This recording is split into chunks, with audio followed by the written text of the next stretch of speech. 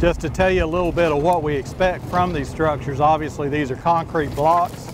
They have bamboo and irrigation header pipe in them. And by doing this, the algae will actually grow on the bamboo and it'll grow on the header pipe.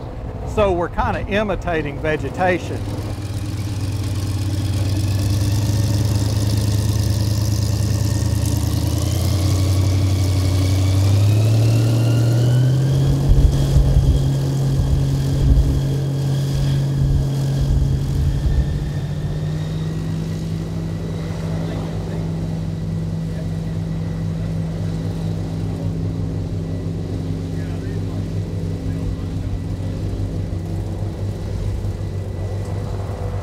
We looked at different areas on a topo map to see, what areas would be conducive to it. We're trying to find areas that won't be over, 17 feet or so when the water's up, give or take 20 feet, something like that. But at the same time, when the water goes down, like in a drought time like this, we want this structure to be submerged as much as possible so that, boats won't accidentally hit it and tear it up. There's nothing in the structure that should tear up a boat, but a boat itself would certainly, grind the top off of the bamboo in some of the structures. So we're just looking for what places would work well in that way. Then we're looking for existing structures like the roadbed, points, that kind of stuff that already attract fish. And again, we can enhance that type of area and just get the absolute most bang for our buck.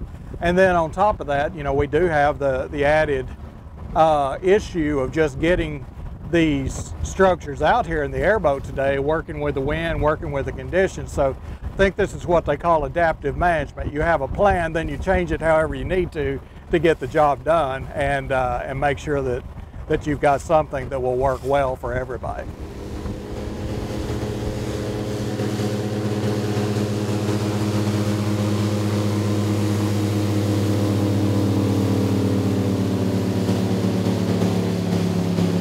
Each one of these sites that we're using is about an acre, and they're starting in a center point where that buoy is.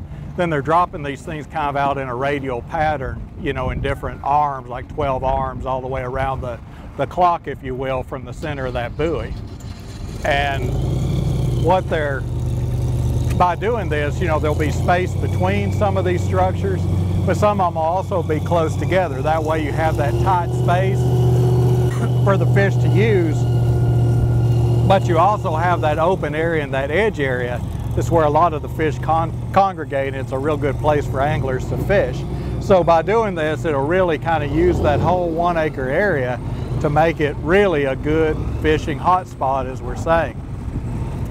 Something else I need to mention, besides Parks and Wildlife and San Jacinto River Authority, we've got 2 airboats out here from Sprayco Company that's actually the contractor that does vegetation control for San Jacinto River Authority, and their help is just absolutely invaluable as well. Plus we've got a large crew from San Jacinto River Authority and folks from Parks and Wildlife from all over East Texas coming in to help. So it's a pretty big effort today that we've brought everybody together to try to get this done. But you can watch these guys just dropping these things. They're heavy weighted and they just sink right straight to the bottom. And if you look at them on a graph, it just looks like they're growing there. Ultimately, we plan to have 5 of these around the reservoir. Today we're working on the first 4. And what we're trying to do is basically, so far, we've got all the materials to build 900 structures. We've got about 600 built to date. That's what we're putting out today. And we're going to distribute those equally, about 225 per site for 4 different sites. All these are being built by the Seven Coves Bass Club and other volunteers with help from Parks and Wildlife, of course, and San Jacinto River Authority, most definitely, and other angler groups like Texas Black Bass Unlimited. The money that they're using to do this actually came from a grant from the Reservoir Fish Habitat Partnership through the new chapter, the Friends of Reservoirs chapter at Lake Conroe. And Lake Conroe actually had the first Friends of Reservoirs chapter in the country under the Reservoir Fish Habitat Partnership. But the actual funding for that grant came from Toyota and Bass Pro Shops. So that's what's putting up the money to allow us to be able to do this. And in conjunction with that, we're also doing some habitat enhancement with native vegetation up in the upper end. These sites are all going in the lower end.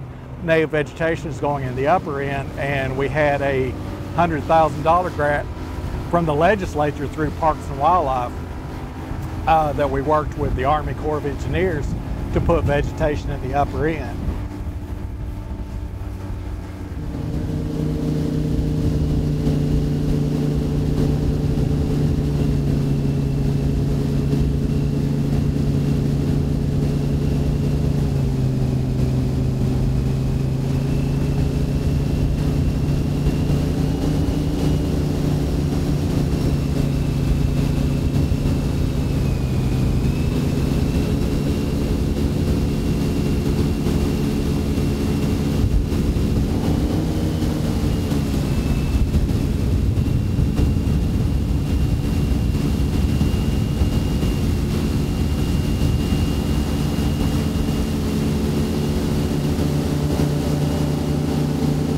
There is a fish production value in it as well as just a fish attracting value. Part of it, a big component of it definitely though, is to help people be able to locate fish and know where to fish on the lake. But yeah, there certainly is a productivity component also because of the algae that will grow on the bamboo and on the header pipe. So, you know, especially with the water down like it is, you know, and when the water's up as well, but as it is right now, there's just not that much structure in the lake, so this is going to be good for the fish all around.